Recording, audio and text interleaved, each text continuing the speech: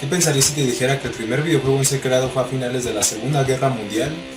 Que Pong de Atari es una copia de un videojuego que fue mostrado en una exposición tiempo antes de su estreno, o que hay un país en el cual cuanto mayor sea tu experiencia en videojuegos más aumentará tu sex appeal.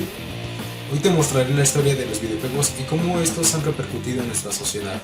Los videojuegos dieron sus primeras señales de vida hacia finales de la década de los 40, concretamente tras el fin de la Segunda Guerra Mundial, cuando las principales potencias vencedoras iniciaron una carrera tecnológica para construir las primeras supercomputadoras programables como el ENIAC, una enorme computadora que ocupaba una superficie de 167 metros cuadrados y pesaba 27 toneladas.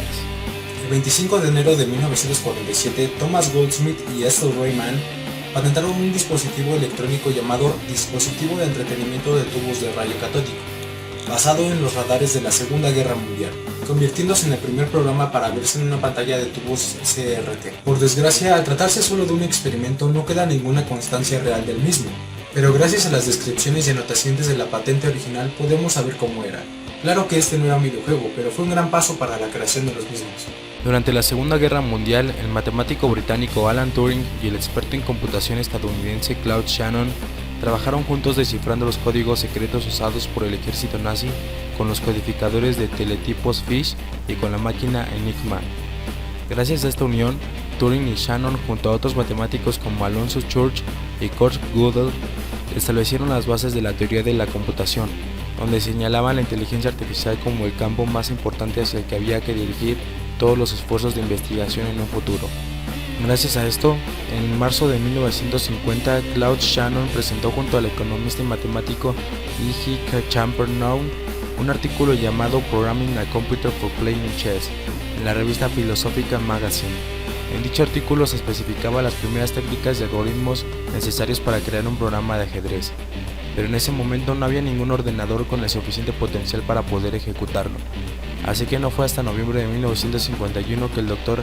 Dietrich Prinz pudo escribir el programa original en una Ferrari Mark I, la primera computadora electrónica comercial. En 1952, Alexander Douglas presenta su tesis de doctorado en la Universidad de Cambridge, la cual estaba basada en la interactividad entre seres humanos y computadoras. Esta incluía una versión computarizada del juego de gato llamado OXO, un programa que permitía enfrentar a un jugador humano contra la máquina EDSAC, la primera computadora que podía almacenar programas electrónicos. OXO no tuvo ningún tipo de popularidad ni repercusión, ya que aparte de ser una tesis de investigación, solamente se podía jugar en la EDSAC de Cambridge, pues era la única que existía en el mundo, pero no por eso hay que descartarlo. Después de estos primeros pasos llegó Tennis for Two, considerado oficialmente como primer videojuego de la historia, el 18 de octubre del año 1958, cuando William Higginbotham, un físico estadounidense que participó en el proyecto Manhattan, presentó un programa que simulaba un partido de tenis a través de un osciloscopio del Laboratorio Nacional de Brookhaven. Al contrario que la mayoría de los videojuegos de tenis modernos, usaba una perspectiva lateral en la que se podía observar una línea horizontal que representaba el campo de juego y otra pequeña vertical en el centro del campo a manera de red. Este videojuego fue el primero en permitir el juego entre dos jugadores humanos.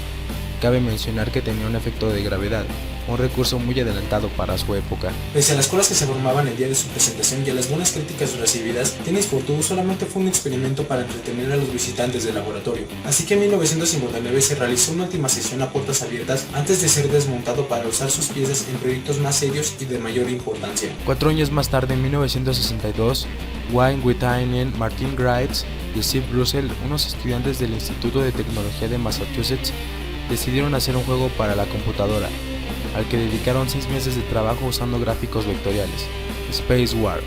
En este juego, dos jugadores controlaban la dirección y la velocidad de dos naves espaciales que luchaban entre ellas.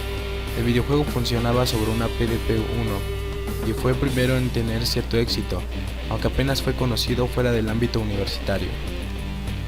En 1966, Ralph Baer empezó a desarrollar junto a Albert Maricon y Ted Dabney un proyecto de videojuego llamado Fox and Hounds, dando inicio al videojuego doméstico. Este proyecto evolucionaría hasta convertirse en la Brown Box.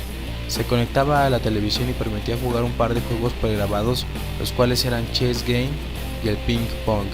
Todo esto 4 años antes de que a Bushnell y a Al Alcorn se les ocurriera crear Pong.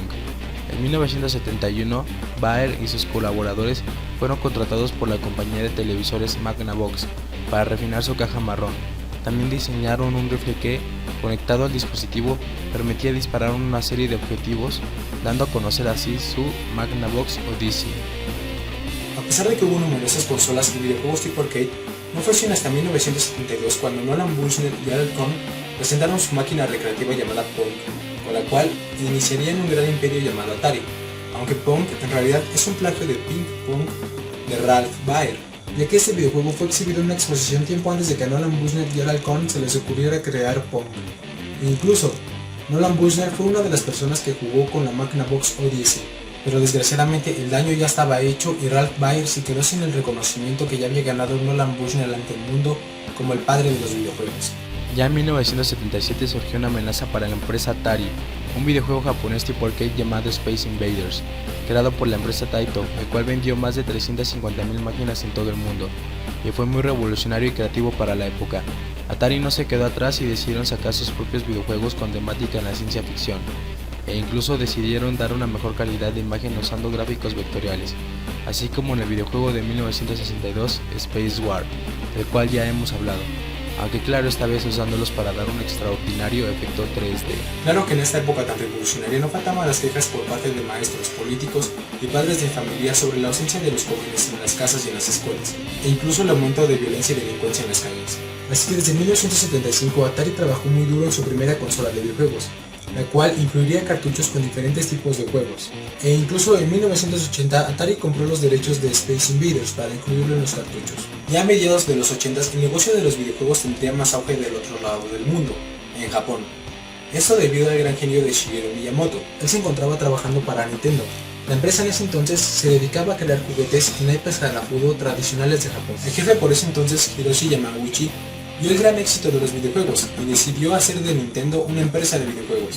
Debido al poco éxito que tuvo su primer videojuego al enviarlo a los Estados Unidos, la empresa decidió darle una oportunidad a Shigeru Miyamoto, ya que era su empleado más joven. Su primer videojuego no fue sino Donkey Kong, y sacaron de Donkey Kong el personaje de Jumpman, y lo renombraron como Mario, el cual hasta la fecha tiene un gran éxito. Y en 1987 sacaron otro gran éxito, La Leyenda de Zelda. Para esa época querían sacar otra idea revolucionaria, el Game Boy, pero surgía un interrogante: ¿en qué videojuego lo estrenarían? Este no sería otro más que Tetris, diseñado por el ruso llamado Alexei Pajitnov, el cual se inspiró en el juego de mesa ruso llamado Pentaminos. Aunque este videojuego fue diseñado originalmente para probar una computadora para la KGB, este no tardó en ser rápidamente vendido entre jóvenes y adultos, e incluso fue tan popular que empezó a afectar la productividad de las empresas y su venta tuvo que ser prohibida por algún tiempo. Durante esta época los videojuegos estuvieron a punto de quedar en el olvido, pero fueron salvados gracias a la compañía Sega cuando decidieron sacar su Sega Genesis o Sega Mega Drive, que a diferencia de las viejas consolas de 8 bits, esta tenía una capacidad de 16 bits, dando una mayor gama de posibilidades a sus videojuegos. La nueva estrella de esta consola era Sonic the Hedgehog. También en estos años nació uno de los primeros videojuegos hecho más específicamente para adultos jóvenes con contenido erótico, el cual era un antihéroe llamado Larry Lapper. Él tenía como misión seducir a mujeres atractivas. Este videojuego fue hecho con la idea de que el sexo vende. También fue el primer videojuego en el cual la historia no está desarrollada en un pasado fantástico o en un futuro lejano, sino en una mente real y presente, dando otra perspectiva a los videojuegos. En los años 90, gracias a las nuevas tecnologías y capacidades de las computadoras de escritorio, ayudó mucho a mejorar el sistema 3D de los videojuegos, dando experiencias más impactantes, empezando con shooters en primera persona como Castle Wolfenstein y Doom.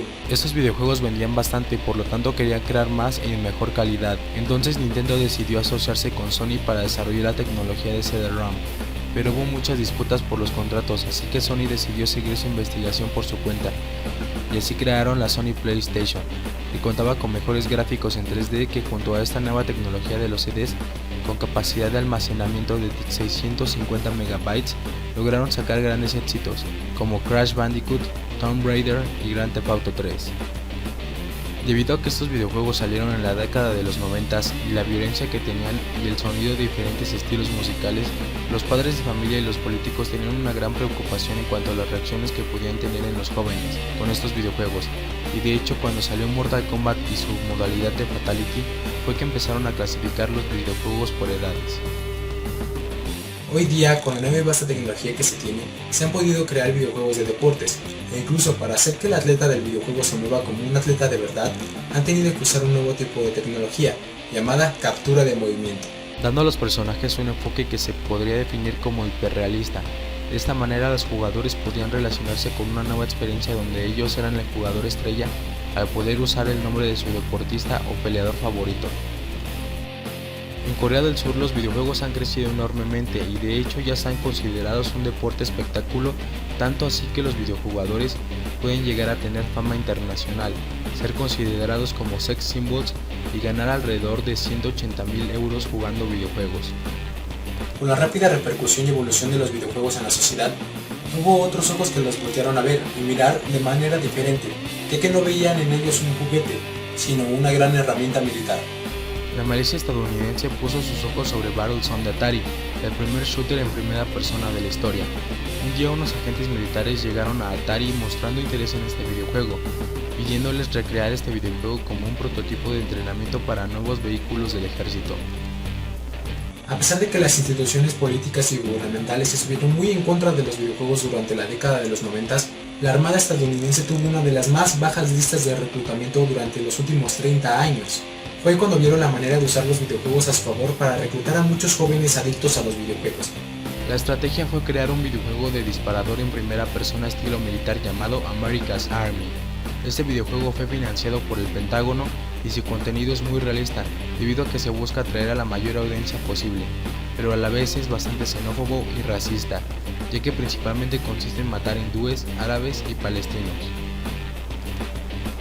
La creciente industria de los videojuegos sumada a la pobreza de distintos países hace que las personas vean en ellos otro tipo de trabajo, creando así un nuevo mercado, llamado los niveladores de poder. Estas personas se encargan de subir de nivel a tu personaje o personajes por cierta cantidad de dinero dependiendo de qué tanto quieras subir su nivel. Esto ya se ha vuelto un buen negocio en Europa, Asia, México y en países subdesarrollados o de extrema pobreza como Rumania, en donde el empleo escasea. Todo esto demuestra que los videojuegos han tenido una gran evolución desde simples proyectos militares y de ocio hasta complejas programaciones que se pueden llegar a considerar arte.